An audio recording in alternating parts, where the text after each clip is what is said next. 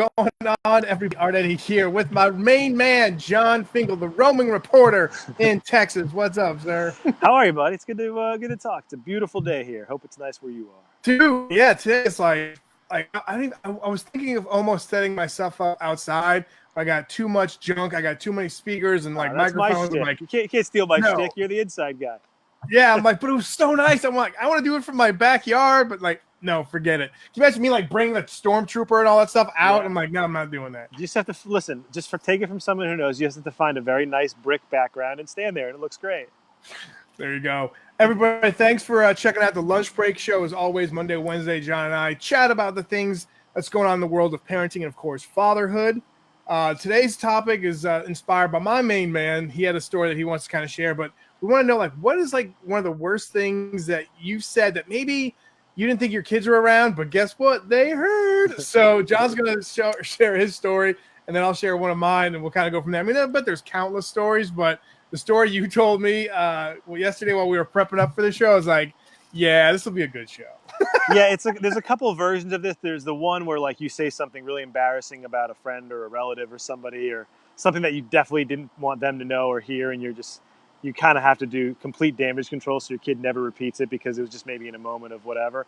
And the other one is when you just, like, you're using a word or a phrase or a swear about somebody and your kids just hear it. And so for me, we live in a neighborhood that has an HOA, a homeowner association, and they have this rule about parking on the street or no parking on the street, and ours was waived just because the way we moved in with my wife having taking call, like, I can't really park in the driveway because she has to get out and go. I'm not getting up at 3 a.m. to move my car, right? So we have a thing or whatever. Anyway, there's a woman in our neighborhood. I'm sure people have these in all walks of life who just basically doesn't do anything, I guess, all day and just drives around and takes pictures of tiny little violations. And so she'd sent several pictures over the years we've lived there of my car on the street, basically just a phone shot, my car on the street. And occasionally we get things from the HOA like, hey, remember, you're not supposed to park on the street. And the one I got one this last week, and it was the third one. So I, being nice, like, magnanimously decided to just go talk to her. I was like, look, I don't know if you're aware, but we have a waiver. We've had one for years. Like, I'm allowed to park on the street because of this. So I would appreciate it if whatever is compelling you to take pictures of my car, that it's on the street, that everybody could see anyway, and sending it to the HOA company, like, just stop doing it. Because I don't want to get these notes anymore. I don't have to make the phone call. And she was ultra rude and really a word you could think of right away, like nasty. And so as I walked away, a buddy of mine was walking by with his kids and just came in the backyard for a bit. And he was like, oh, you were talking to person X. And the kids were playing over. We have a swing set in the backyard. And I was 99% sure they'd all run inside, and they did, except for my son, who overheard me call this woman an effing loser. And which she 100% is. It is no doubt this is what she is.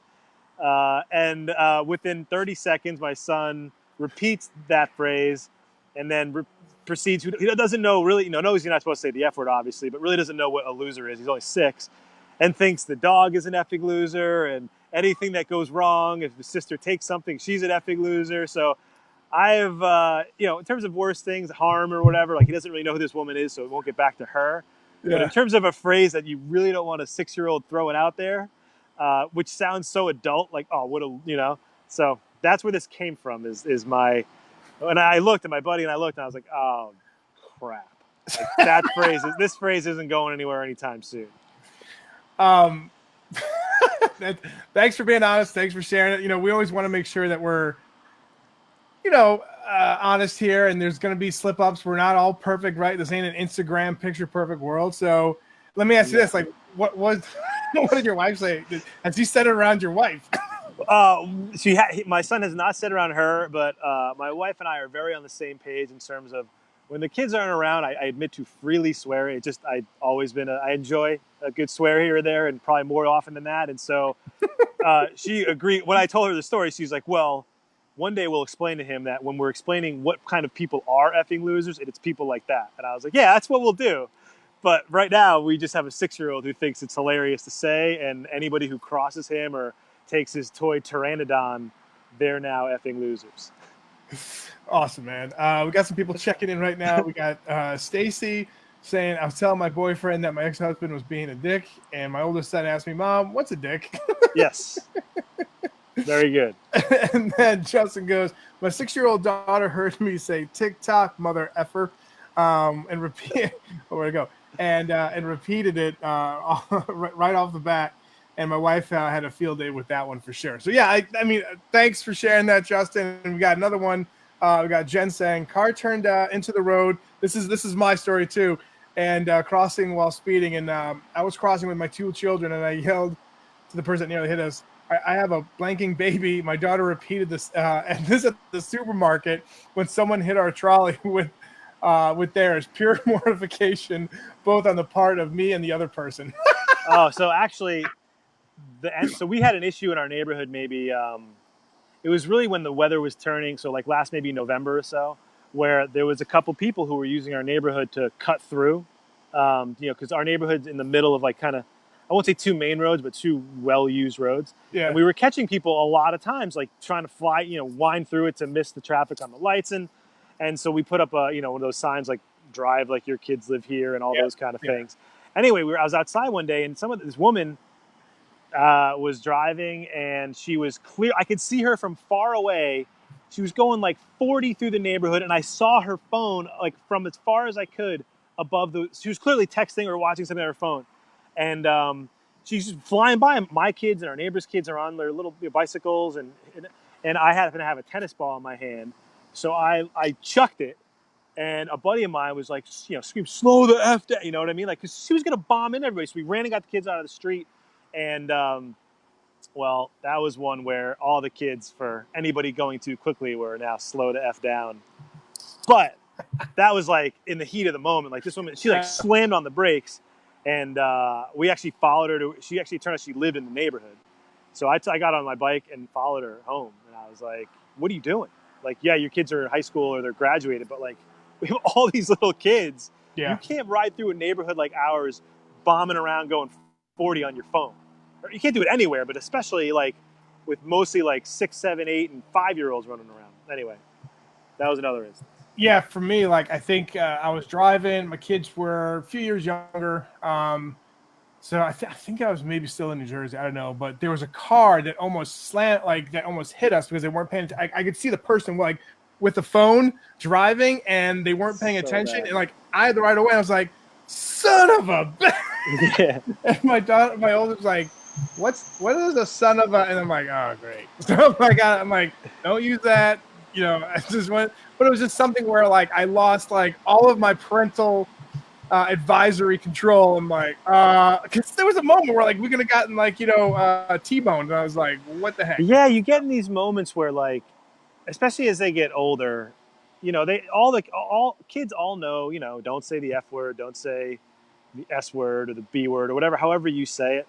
But every now and then, like moments happen, and that comes out, or like, you'll be.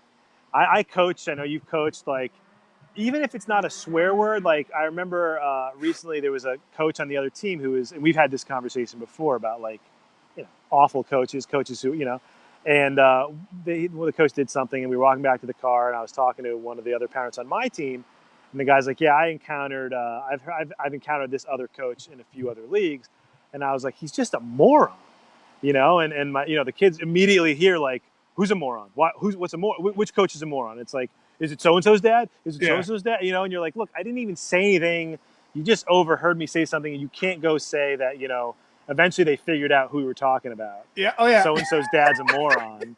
And I'm like, he's not, then you're like walking it back. Like, he's not that he's a moron.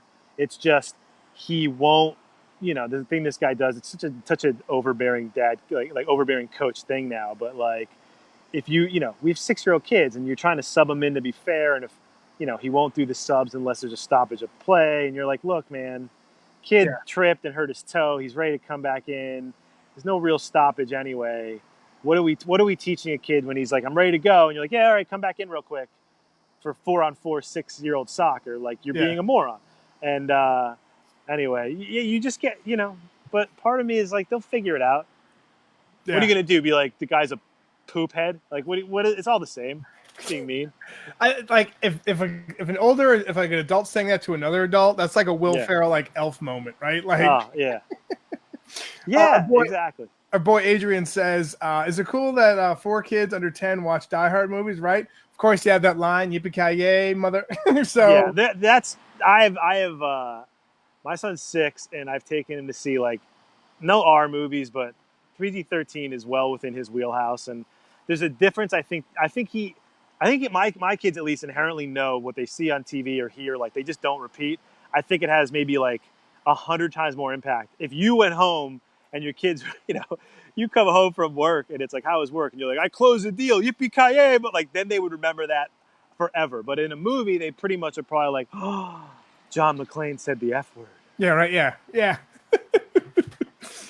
We had Craig saying my oldest son at 6 called his wife, my ex-wife, easy blanking hooker, and then he goes into it. He's like, truth to me because I was talking to my brother when I found out she cheated. So he's actually like, again, like car moment where something happens right on the spot. You don't really know what's going on in the sense of like who's around you. So that is a big one. The reason it started was overhearing. Like there are moments, like you said, where you're in the car and you just have a momentary slip, and the kids hear it. But the other one is really when you just don't think they're around and you're just being an adult, and that's where it's like I'm sure we've all had it where some relative is visiting or someone's in town and like they leave or whatever, and you're trying to be sarcastic, like, oh, you're gonna miss cousin so and so, and you or your wife are like, oh God, no. And they're like, why? We love them. You're like, no, I meant. Like that's such harmless stuff. yeah. But you're just having an adult conversation about other adults, and it's in our nature to recap visits and people and things. But it always seems so much worse when there's a chance your kid will encounter this person without you, like specifically this person in our neighborhood, who I don't know if my son knows exactly who she is, but I don't want it to be the case where like we're walking the dog, and he's like, oh, that's the woman who's the effing loser.